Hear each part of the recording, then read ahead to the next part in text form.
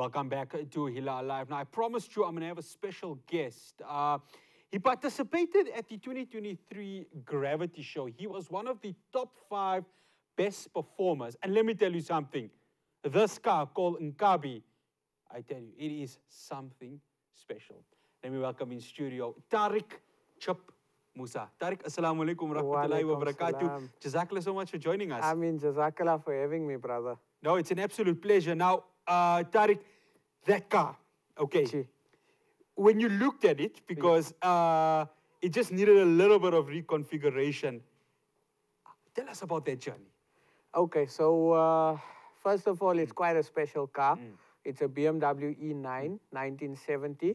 And I've owned the car since... Pure old school. Pure old school. Yeah. That car is actually quite significant in BMW's history. So I bought the car in April. I didn't have the intention to take the car for a car show, but I was fortunate enough to be able to attend the Gravity Show, which is the largest show in Europe. And I needed to choose between some of the cars that I have, which one will be the easiest to build. So I ran a small poll on my YouTube channel and my Instagram and asked my followers to choose, and we narrowed it down to 4 cars. The E9 won purely because we thought that it had the least amount of work. However, when we started working with the car, we found that the car had the most amount of work. Yes. But I was already in it. I had no choice. I had to build the car in 5 weeks, or else I would have missed the shipping date. Okay. So yeah, we're just seeing pictures now. I mean, this is some of your crew that you worked with. We have, I mean, I'm just looking at that cars over there, right? Yeah. Talk to us. I mean, you love BMWs. I love BMWs. I love old school BMWs. You and I share a very same affinity for it. What is it about old school BMWs that still appeals to not just youth like you and I, who are in our 30s, but also the older generation who just look at it and say, there is something unique about it? I think it stems a lot with emotions. Yes. You know, back in the day, if you owned a BMW, you were like the main thing, you know. So I think a lot of generations like us grew up. Some of us could never afford it. So it's always that one day when I'm big, I want to own it.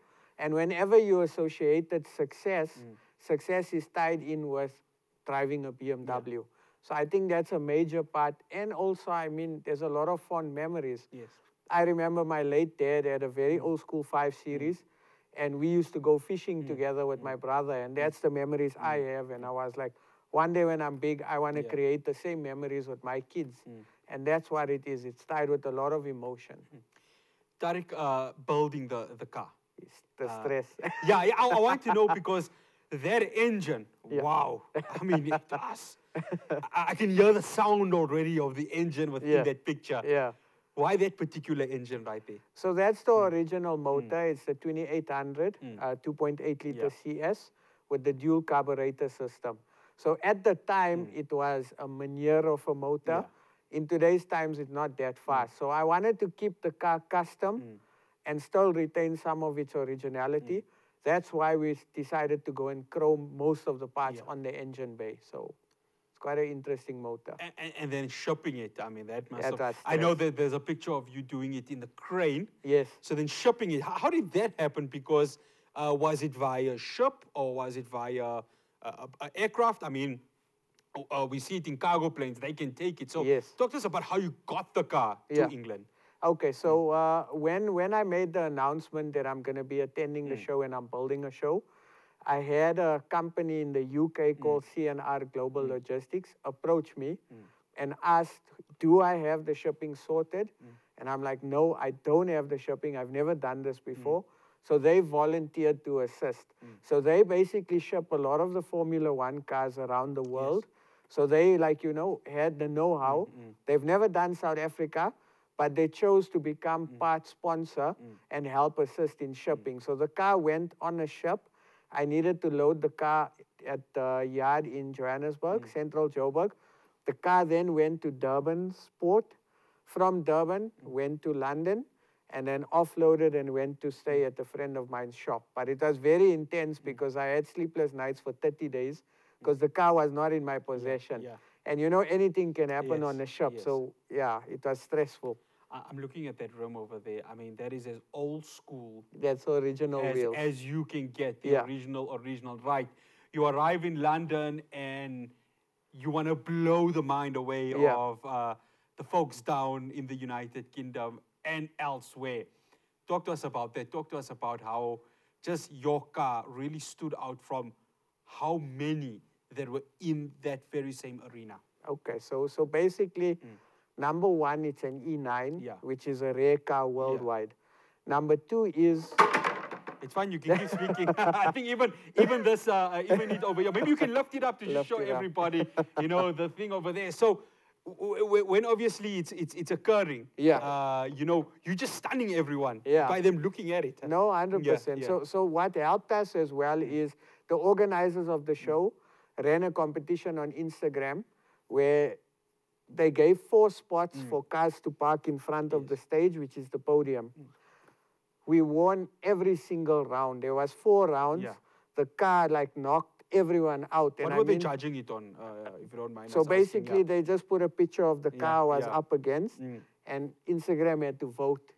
And Okay. we went up against a Porsche, we went up against a GTR 34. So the competition was tough, but I think the lowest percentage we hit was like 82, 84% that's not versus, low. so it was, Yeah. You the set quite a gap high was standard. big, yeah. Yeah. So for me, the biggest thing was being on the podium. The podium was an achievement on its own, and the fact that the car's got a story behind it, there's history behind it, I want to talk about Nkabi. Yeah. Just the meaning of Nkabi for maybe those viewers who maybe are not familiar with the Nguni language. Yes, yes. Talk to us about what Nkabi means and just why that name. Okay, so I have a thing. A lot of my cars are named, they personalized plates, and I give them personalities. I do that for my clients' cars as well that I build. So this car I thought of a name. I needed to give it a catchy name that would obviously suit the car's personality. So a friend of mine came up with, or we sat down and we decided, okay, what do we call the car? So we went from names to Gravity GP to Indota GP. There were a few names. Yeah. And then I was like, no, I'm not feeling it. And then my friend said, okay, but this car is going to take out the competition. And I'm like, okay, wait, we're on to something here. So we decided to go with Nkabi. So Nkabi means hitman in Zulu. Yeah. So this car technically is the hitman for the car scene or the hitman of BMWs. Yes. So that's how it came about. Tariq, a lot of the work that you do, it's not just you doing it, it requires a team. Yes. How important was your team in making sure that this was such a success? Without my team, I would have never achieved this. And if I tell you, during working hours, we dedicated time to customers' cars. Yes. From 6 o'clock till about 10 o'clock in the evening, 11:30, my staff volunteered to help build the car because they understood the magnitude of what this build means for us as a business and for them. So they really went over and above. They sacrificed Sundays. Obviously, I paid them overtime and I gave them an incentive. But for them, it was the bigger picture and they understood what it would mean for them personally, So they played a major role.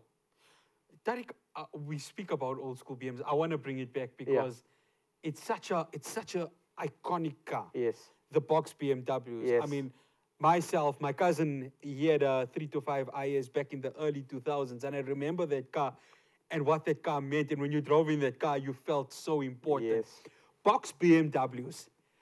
What is it about it that still has that catch for people? What is it that still, when people look at that car, it still goes for quite a high value because it's an 80s or 70s car, but it still has that over 100,000 Rand mark to it. Yes. And people look at it and still see it as the collector's item. Yes. The collector's item. Not the collector's item, the collector's item. 100%. So 2 reasons, right? Back in the day, when the E30s were being produced, BMW or BMW in general never manufactured the E30 M3 for the South African market. So BMW South Africa's way to fight back was to introduce the 333 and the 325 IS. So worldwide, manufactured in South Africa, only in South Africa. So there's cult status behind it, number one. Number two is, if I take you back, I remember from my childhood, if you hear a 325 or a 325 IS, definitely. then you're like, yo, the car. One day when I'm big, I want to own it. Yes. So the buying power now is the generations like us that grew up with this, and that car resembled or success. You know, it resembled success. So everyone that was cool back in the day owned the E30. One day when I'm big, I want to be cool and I want to own an E30, and that's what it's about. And you could do lovely donuts with that car donuts, also. I mean, that car was just, I mean, I remember with the drag racings that used to happen in the stadiums and all of that. Nasrec, yes, I remember. West Bank, yes. I mean, with the magazine Speed and Sound comes to mind also at the same time. Tariq, one final question. Going forward in the future, is there anything special that we can expect from you for the next Gravity show that's going to happen? What are you working on at the moment? Sure. So I'm working on quite a few cars, a lot of E30s. I build a lot of E30s, and I specialize in a lot of old cars. Inshallah, my next trip that I want to do is I want to go to Tokyo. There's a car show called Weekfest. Yes. And absolutely. They do something different next with level. Their cars. Yeah, I know. So I'd love to attend. I'd love to build a car for Weekfest. And then just try and grow the car scene, you know, because South Africa's got a lot of talent. I started my business in a garage many, many years ago. And I believe there's a lot of people like that. And I believe that this win was to show people that anything is possible, no matter where you start off from, you know. With the help of the Almighty, anything is possible. And of course, your garage is called Chicano's Customs in Wynberg. Wynberg, right, guys, if you want to go and see amazing cars, you want to see cars that will blow your mind, Chicano's Customs in Wynberg. Just search it on Google, check it on your Google Maps, go visit this gent, Tariq Moosa, and you will be blown away. Tariq, Jazakallah so much for coming to the studio. And may Allah subhanahu wa ta'ala continue to grant you many more years of success and barakah in the business that you are doing. Ameen. That's Tariq Moosa, owner of Chicano Customs, and he's, of course, the winner of the Gravity Show, one of the top 5 winners of the Gravity Show. Go and check his Instagram out, but go and visit his garage in Wynberg and be prepared to have your mind blown away. After the break, I'll have your latest in news. Do stay tuned.